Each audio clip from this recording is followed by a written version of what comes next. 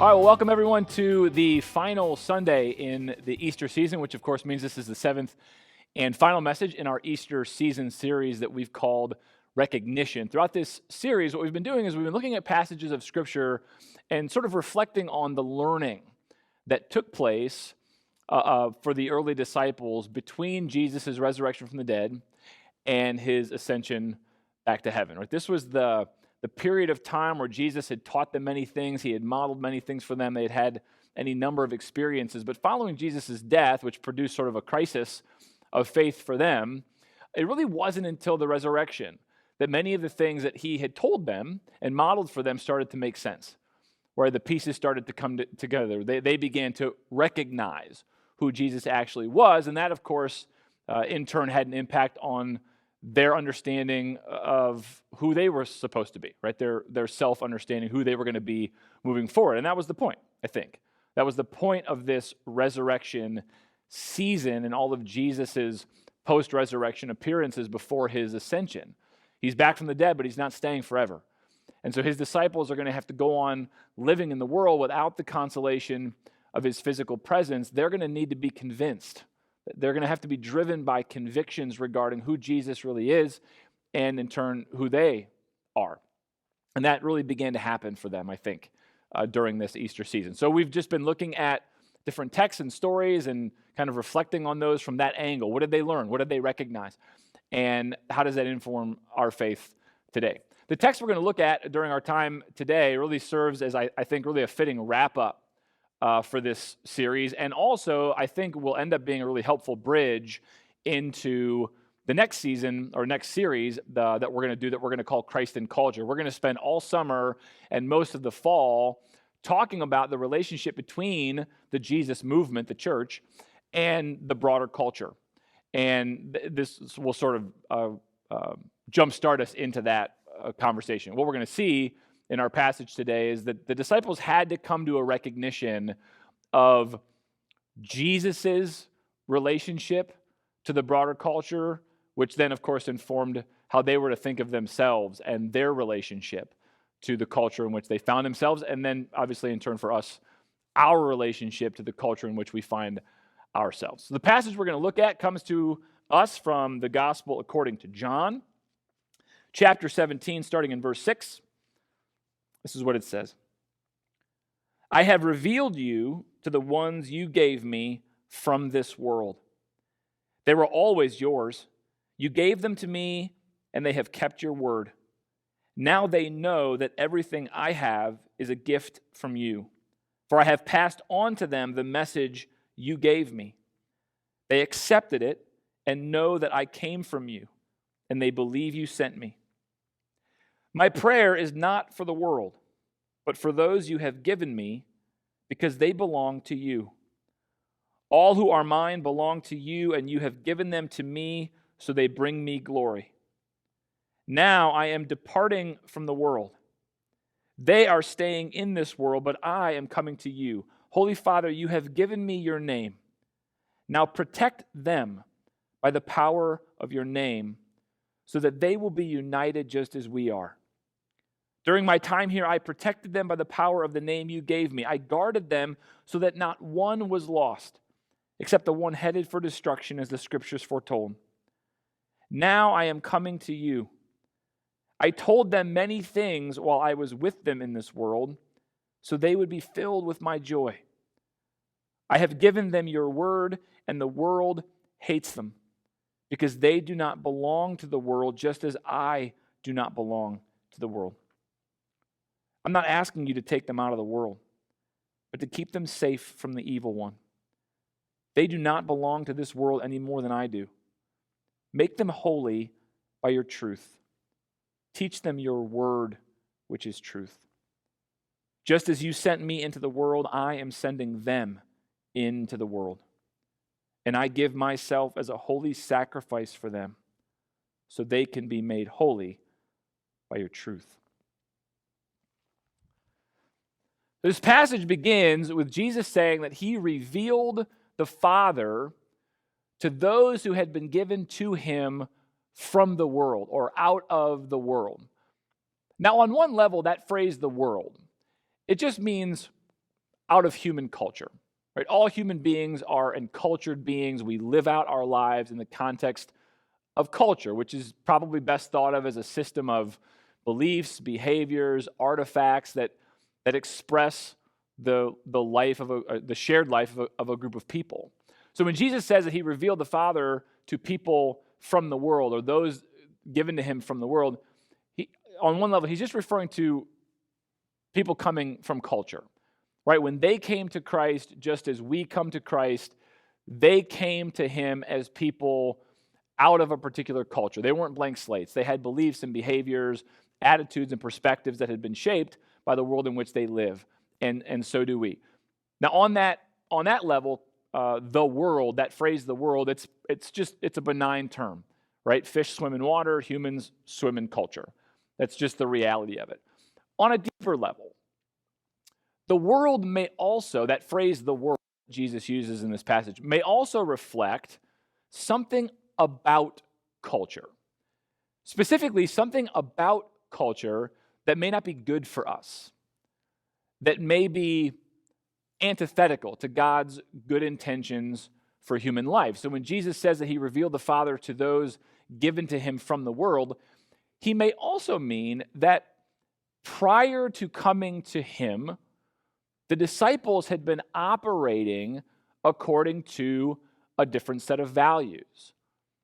They organized their lives according to different principles, perhaps values and principles that were antithetical to the good intentions that God has for human life.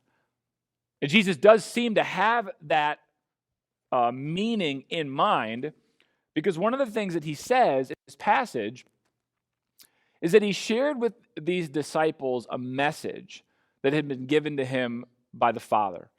Now, he's not super clear on what that message was. John, who writes this gospel later in his first letter, he would say that God is light, and in him there is no darkness at all, that's what he learned about God from Jesus. So it's possible that was the message that God sent to people through Jesus. God is light, in him there is no darkness at all. That's possible. It's also possible that it's just what Jesus says in verse 8, that I came from the Father. That I came from the Father. That would make some sense. It would make some sense that if that were the message, and they were to believe that, accept that, it would affect their belonging. So one of the things that Jesus says is that his disciples, multiple times, he says that his disciples used to belong to the world, but by hearing and accepting the message or the word that he gave them, they no longer do. So one way to think about this is if the message is that I came from the Father, which again was something that Jesus told them many, many times prior to his death, but I'm sure his crucifixion casts some doubt on that. But following his resurrection, it would have confirmed it.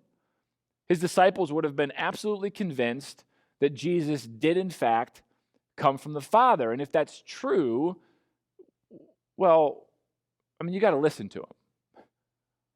You can't just sort of turn a blind eye to somebody who says, I came from the Father. You watch him get crucified, but then 3 days later, he's back from the dead. And he sort of goes on to play a marginal role in your life. By the fact that Jesus rose from the dead, they know he actually came from God. And because of that, they have to listen to him. They're compelled to listen to him, to obey him, to do what he says. And that's going to affect a transition of belonging, right? Prior to accepting that, prior to really believing that Jesus came from God, you can live in and operate according to a set of values and principles that the world is perfectly happy to live by.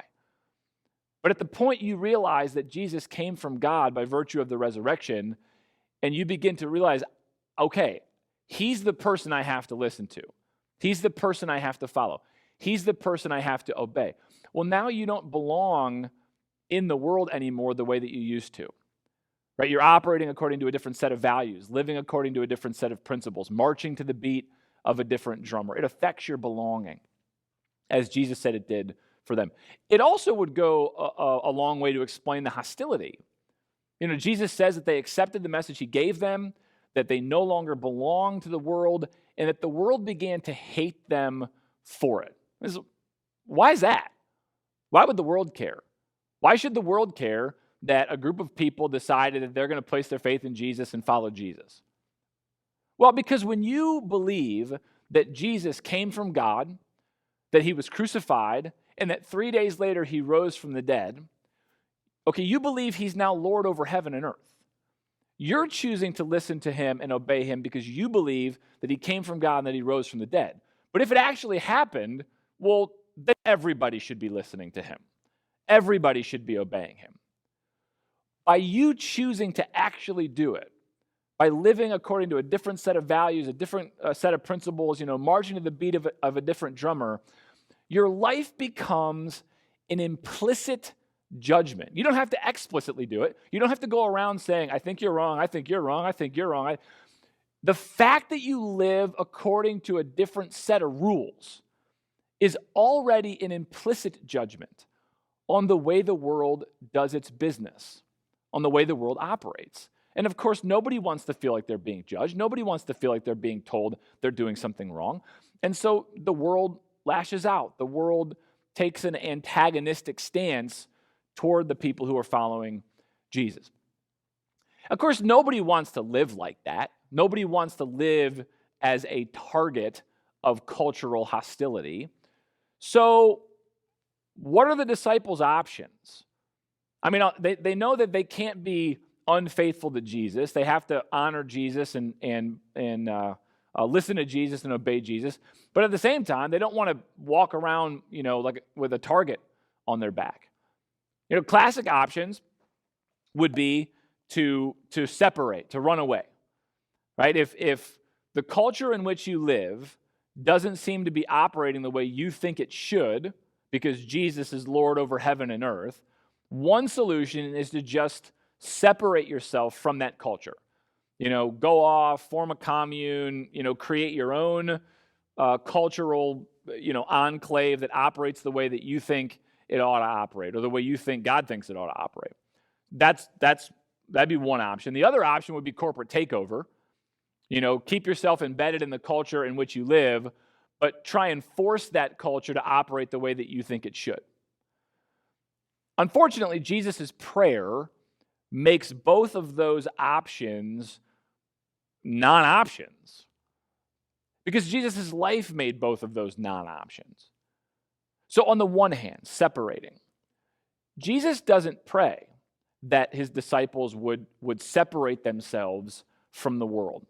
Whether by world we just mean culture in a benign sense, or if we mean the world as in the kind of anti-God way of doing business. They're not going to separate themselves or distance themselves from that. Instead, he prays that God would keep them safe from the evil one. Right? So Jesus says, my prayer is not for the world. My prayer is for the ones that you've given me. Not that you would take them out of the world, but that you'd keep them safe. He specifically says, I'm sending them into the world the same way that you sent me into the world. So separation is not an option. Jesus' disciples cannot distance themselves, separate themselves from the world in which, the broader world in which they live, to create their own, little deal. And just to be clear, that was something that the people of Israel struggled with. It was a sort of a perennial struggle for them. That at the very beginning, God's promise to their patriarch Abraham was that his descendants would eventually bless the whole world. But throughout their history, you see this tendency for them to want to isolate, to want to separate, to want to create their own little space where they can worship God in peace the way they want to, free of any of the kind of contaminants of outside culture. And I think what the disciples are beginning to put together in this Easter season, this post-resurrection window, is that was never the way that it was supposed to be. And it's not going to be the way that they can operate moving forward. that they're being sent into the world in the same way that Jesus was sent into the world. And why was Jesus sent into the world? Well, Jesus was the answer to the promise made to Abraham. Jesus came to bless the world, to save it. So the Christian community, Jesus' followers, are now in the business of participating in the world's salvation. Being a Christian is not about being rescued from the world. It's about rescuing the world. So they can't separate. That's a non-option. They're going to have to, moving forward, they're going to have to deeply embed themselves in the world of human culture, both their own and then the cultures of surrounding people groups as the Christian movement continues to grow.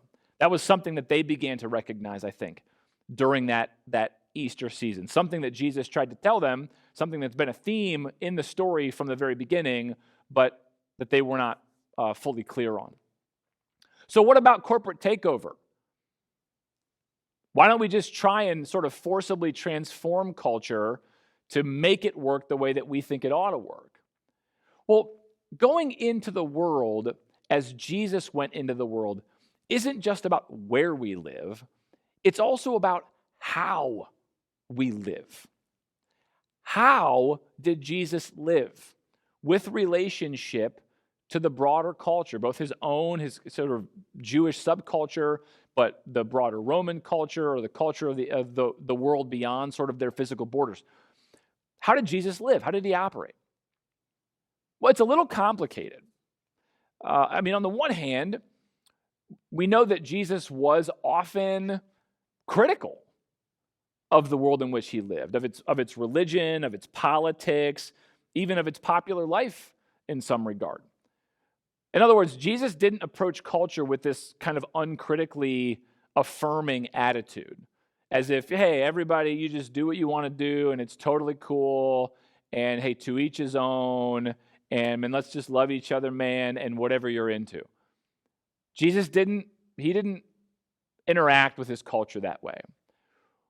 But on the other hand, he wasn't also kind of indiscriminately critical. You don't get the sense that Jesus looks around and thinks of his culture as being fundamentally evil, and it just needs to be, it needs to be either avoided because it's going to contaminate us or whatever. You don't get that sense either. And part of that was because he was a product of it. It's hard to critique culture because you're in it, you're inside of it. On the one hand, but there were also things about his culture that I think he genuinely found to be good and right and beautiful. Things that actually reflected God's good intentions for human life. So he wasn't uncritically affirming on the one hand, and he wasn't sort of indiscriminately critical on the other hand. He figured out how to kind of navigate a middle road between those two extremes. When he was critical about culture, the world, it was always the world in the sense of kind of the anti-God posture, or things about culture that were antithetical to God's good intentions for human life. But even when he was critical, you notice he was never violent. He never forcibly tried to change anything. That's just not how Jesus operated. So again, I think one of the things that the disciples are realizing in this Easter season, this first Easter season, is that as they move forward, forcibly trying to change the world in which they live is not going to be an option. And again, that was something that they struggled with over and over and over again. Not only do you have a ton of stories in their scriptures, in the Hebrew scriptures, the pre-Jesus part of the Bible, the Old Testament, do you have many stories of them visiting violence on their neighbors. But even in this moment, as Jesus is teaching them, they live in the Roman-occupied world, and many of them so badly wanted to be free of Roman tyranny that they were ready to fight. And they often did. One of the reasons that Jesus was crucified is because Pilate was trying to hold back a possible insurrection during the Passover. I mean, this was a normal, just kind of perennial issue for the people of Israel, that they so badly wanted to be an independent, free nation that could worship God the way they wanted to, that they were ready to fight to make change. I think Jesus' disciples are realizing that is a no-go for them moving forward, that is never going to be part of their narrative or the way that they operate. They're not going to be able to separate themselves from the world. They've got to be in the world, but they're also not going to try to force the world to change, to operate the way they think it should, because that's not how Jesus did it. What's interesting is that the church seems to constantly be tempted to drift in both of those directions. Right, on the one hand, we might call it an accommodationist impulse. Culture is doing whatever culture is doing, affirming whatever it's affirming, and the church just kind of goes along with it, either because it lacks the ability to discern what it ought to do or what it shouldn't do. Again, that's what we're gonna talk about after this series for the summer and in the fall. This ability to discern what we should do or not do. So the church struggles to do that, or it just doesn't want to be a target of cultural hostility. So you kind of go with it. On the other side, of course, we might name it a resistance impulse. Right, there are Christians who forever are trying to force the broader world to function the way that we think it ought to function, whether that's by legislation or it's taking up arms or whatever the case is. We're always trying to sort of force other people to believe what we believe and live the way that we live. I think what the disciples were realizing in that first Easter season was that that's not going to be the option. Those aren't options for us. Jesus didn't live in either of those ways, so we can't live in that way. We're going to have to figure out how to chart some course between those extremes. We're going to have to figure out how to be in culture, live faithfully with Jesus, even though that might generate hostility from the culture around us. But the church doesn't go looking for hostility. It doesn't try to provoke hostility. Jesus didn't go looking for hostility. Jesus didn't provoke hostility. Jesus was just honest. Jesus was just committed to what was true. And in his commitment to truth, it earned hostility from the world in which he lived, because his life, his true life, was a judgment. It was a judgment on how the world operates. And the church's very existence, without the church necessarily having to go out into the world and say much of anything, the church's existence is an implicit judgment on the world. The fact that this building is here, that there's a cross on the front of it, means that there are people who believe that the person who hung on that cross is now alive and is Lord over heaven and earth. Someone to whom we are accountable and to whom everyone is and will ultimately be accountable. That is an implicit judgment on anybody who doesn't actually believe that and try to align their lives with it. But now the perennial tension struggle for the church, and I think the disciples realized this and set the church on this course, is that we can't separate, we can't fight. We just have to be honest. We have to faithfully follow Jesus in the world, knowing that as our lives bear witness to what is true, it's going to be an implicit judgment on the way the world operates, to the degree that the world operates in ways that are antithetical to the good intentions of God. And that's going to earn hostility. I wonder if that's why Jesus prays that his disciples would be kept safe. Not safe in the sense that they would remain unharmed. I mean, if that's what Jesus meant, that his disciples would, they would live out their days, and be unharmed and, grow old and all of that, the Father didn't answer that prayer. I mean, most of you know that many of Jesus' apostles, I think all but one, his male disciples, the 12, the original 12, all but one were martyred. In the years to come, many more Christians in the early church would be crucified, burnt alive, fed to wild animals.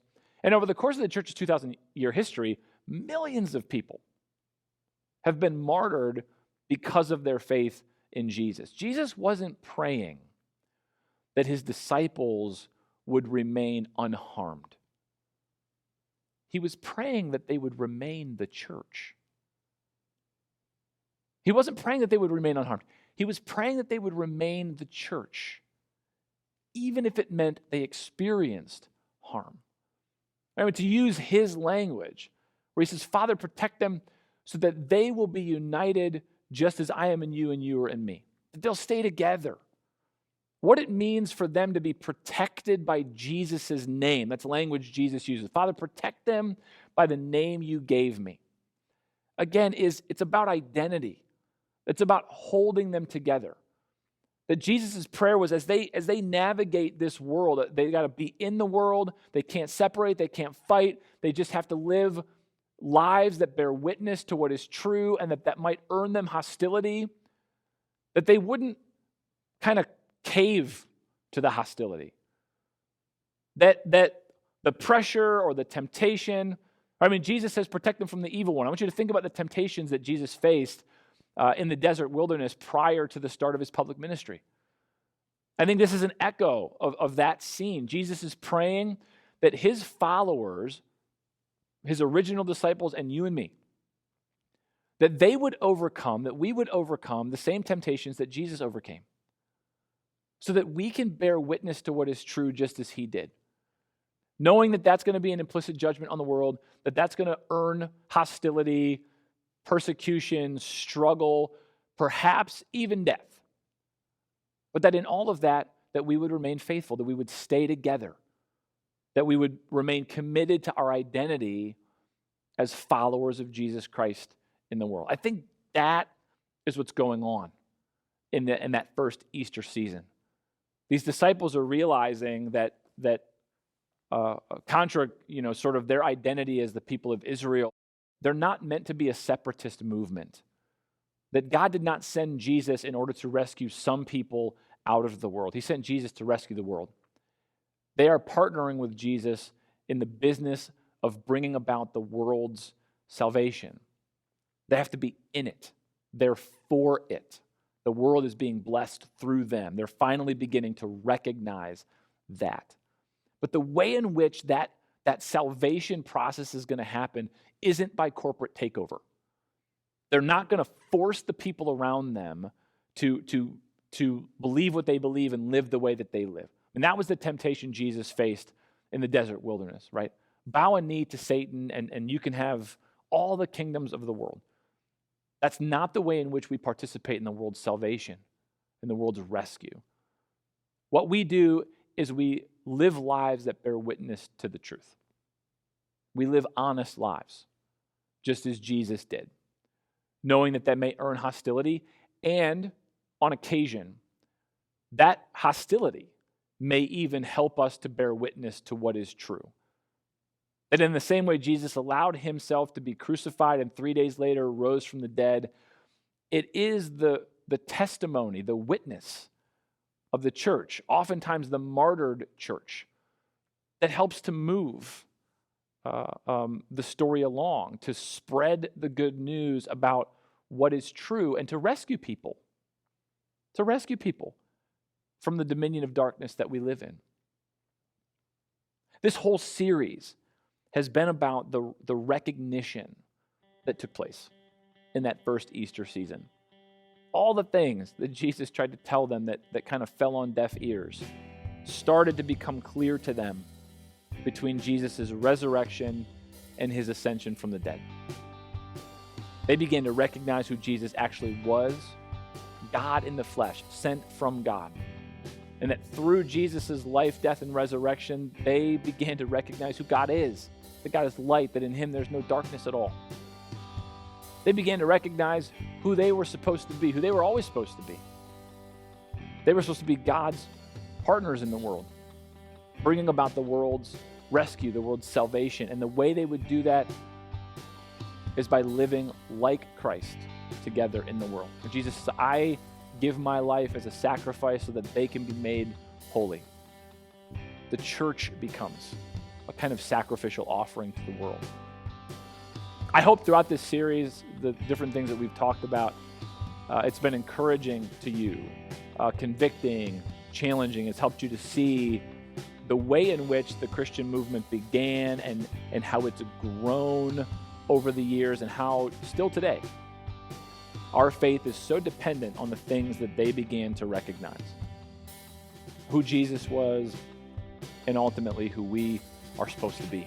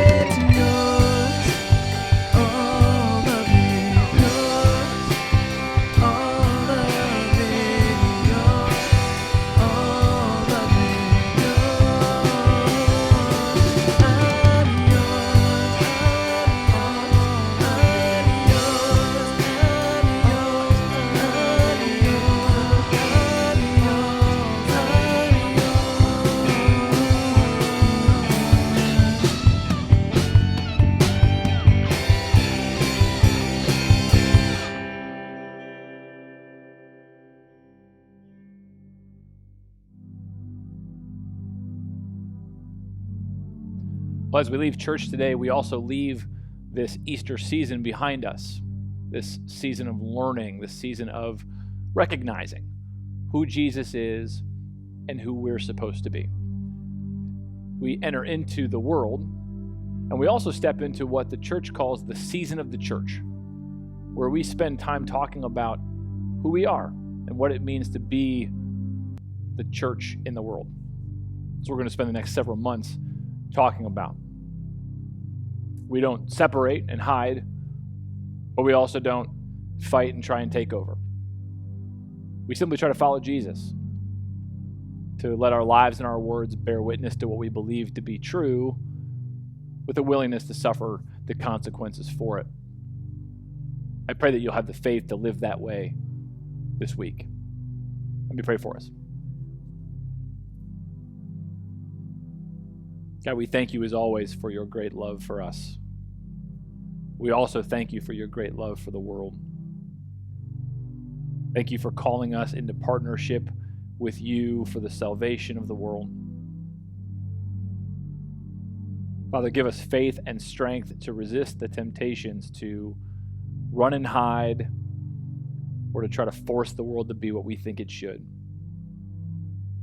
Help us to live sacrificially each day the way that you live toward us, with the strength and the faith and the conviction to suffer hostility if it comes to that. We want to be faithful to you in the world. So we pray this week, send us into the world just as you sent your son Jesus. And may our lives honor you as his did. In Jesus' name we pray. Amen.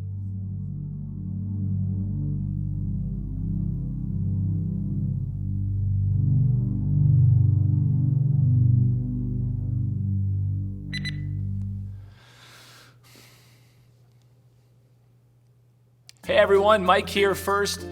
I'm thrilled that you're joining us.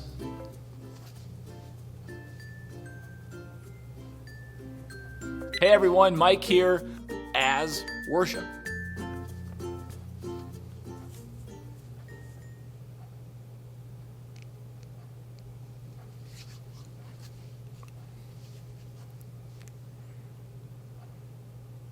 Hey everyone, Mike here first. Now let's worship together.